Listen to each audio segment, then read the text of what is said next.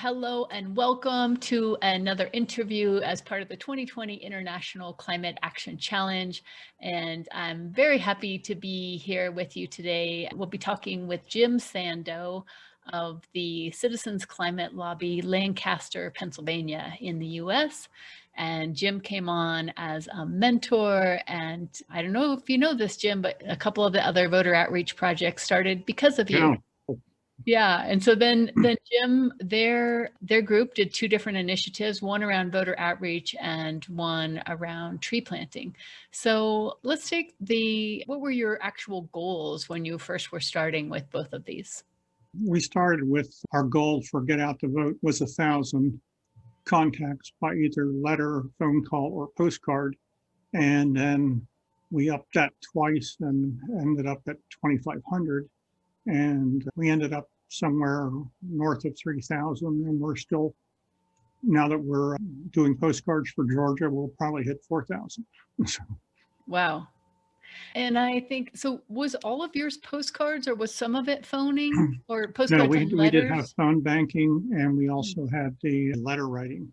Okay, so postcards, campaign. letter writing, phoning. You'll see some of the other groups have numbers in the tens of thousands, and that's because of texting, which we didn't have a texting tool, unfortunately, or we would have tried that. It's good, but it's a different thing. I think having an actual postcard that shows up. We were trying to get something very personal, with an actual handwritten message on it, which is shown to have a greater impact on getting people to the polls. We did get a considerable increase in turnout in Pennsylvania.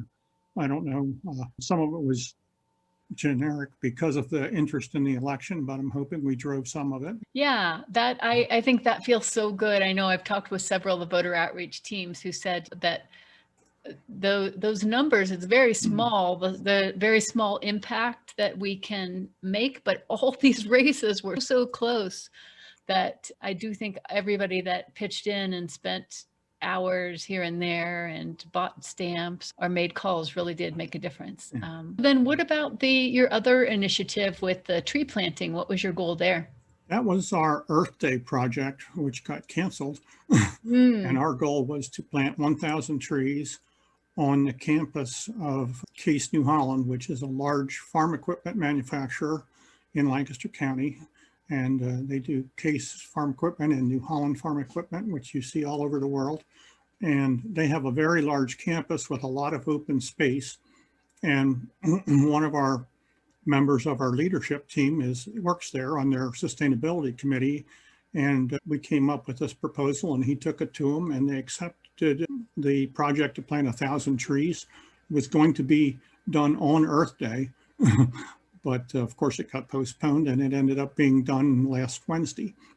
Wow. So it took them a couple of weeks to do it. Of course, they have large equipment, so they were able to dig the holes. They were able to do it fairly quickly. But yeah, they got 1,000 in last week and finished it up. And they had a few done in the spring. They had started it in the spring before it got canceled, but now it's all done. We have, hopefully, they did have a photographer on site, but we haven't gotten the pictures yet. But we will put them up on our website as soon as we get them. And nice. That was pretty exciting. And I think it'll really make their campus look a lot nicer because it's actually very flat, open, like just grass between. They have probably 50 buildings and just grass and parking lots. So it should actually be a nice improvement to their campus. We weren't sure how many they would go for, but we thought we'd ask for a big number and go big or go home. If you had asked for 10, they probably would have said okay. Yeah, so we asked for 1,000, and they thought about it, and they said, well, we have plenty of room. Okay, we'll do 1,000. Yeah. How did that go with the funding? Who came up with the funding for that? They did.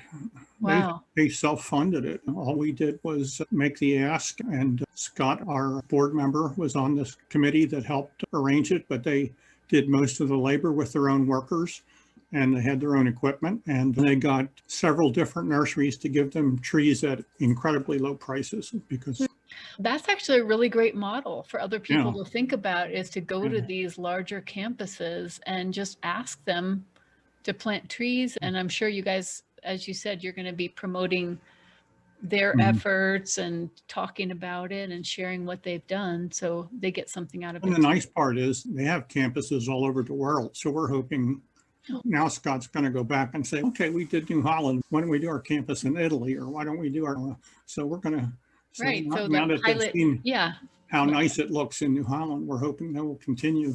And then we can show other companies that, hey, look what they're doing. You know, exactly. Right. That this is like a pilot project or a model that because there's lots of companies that have big open campuses like that with very few trees. And we think there's some other possibilities we have to go with that. And that's going to be part of our Earth Day 2021 project. Which the theme this year is Restore Our Earth. So Yes. It's perfect for all the tree planting stuff. How about the number of members? So I know you have an existing chapter, so I'm not sure how you would really count the members that really participated in these different challenge activities that get out the vote. And yeah, it varied. We had quite a few people that wrote some postcards, and we had a few that wrote a lot. Like you. Yeah. 100 letters and 700 postcards. And wow. then we had students at Franklin and Marshall College come in and jump in, and we have them leading the charge for the Georgia ones. One of the students on campus is the one that ordered all the Georgia postcards, and now we're sending people to him from all over the county to pick them up to write, because now we've got all kinds of groups interested. So now that you got that figured out and can go ahead and deploy that model again for Georgia. So that's pretty cool.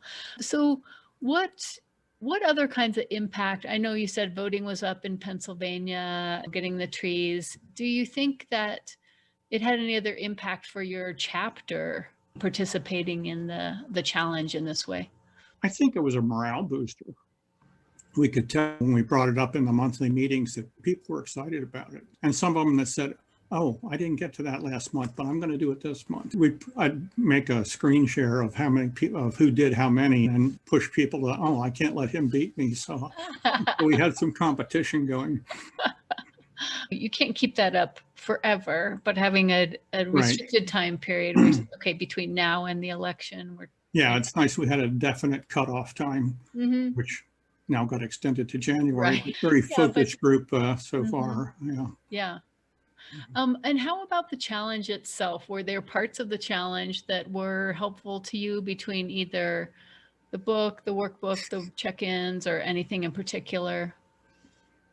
I think just working through the workbook is a good exercise for people, whether they want to do a challenge or not. I think it's a mind organizer in a way that it helps you figure out what you're doing as a chapter. And we're taking that a step farther this Saturday. We're having a Citizens Climate Lobby has a brand new training called Flow Training, which is a 2.5-hour seminar on how to take your chapter and divide it into committees, which we have already done. But this is their look at it. And we thought we imposed the two on top of each other, and they are not an exact fit. So we're going to try this and see if we can make ours even better and look at their ideas. And we're hoping to take a fresh look at the chapter and see ways we can improve next year. What you're doing is following the things that I learned the hard way was, right. This thing like that you do something that's a day of action. So like they get people involved, just doing something pretty easy. So like the voting outreach, write some postcards. And then after you build that camaraderie, then you can go to that next level. That's like, all right, what are the big issues and what should we really focus on? And when you bring people together and see who is actually showing up, that really helps you decide. You did a really good job of the different partners. So partnering with the university students there, with the different voter outreach projects, that by doing that research early on and identifying, okay, here's some things that would work for us. That made it super simple. We used that same model. I did that with my family. We had some other voter outreach groups that did the same thing based on your research. Oh, okay. Postcards for swing states or environmental voter project. And we teamed up with the Climate Reality chapter in Delaware to do that. Right. They took that on as well as part of their membership. So I'm part of their chapter now. As far as how people can support you or join you, we know that there's the CCL Lancaster on Instagram, Facebook. But what's your advice then for others who want to make an impact? What would you recommend that somebody's just getting started, they want to do something? Well, the first thing is to find something that really grabs your attention, something that you really feel like, I got to do this, really have a passion for. Because otherwise, it's real easy to just let it get lower and lower every month.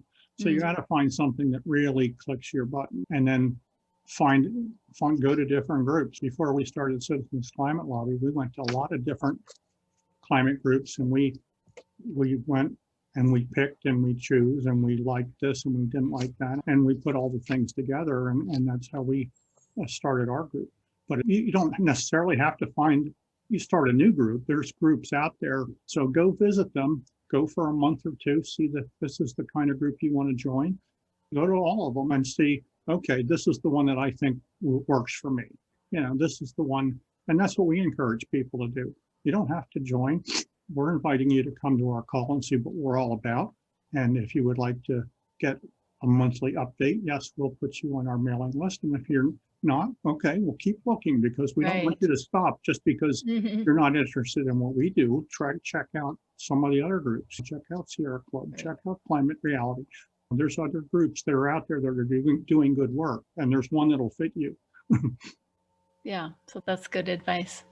Okay. All right. Thank you, Jim, for everything you did. And as I said, your leadership, this get out the vote thing, rippled through several other teams who weren't sure what to do. So we appreciate you taking the lead on that. And if anybody else wants to find out about doing a challenge in your community or just doing one yourself, then definitely head over to climateactionchallenge.net. And thanks again, Jim. You're quite welcome. Nice to talk to you again. All right. Thank you.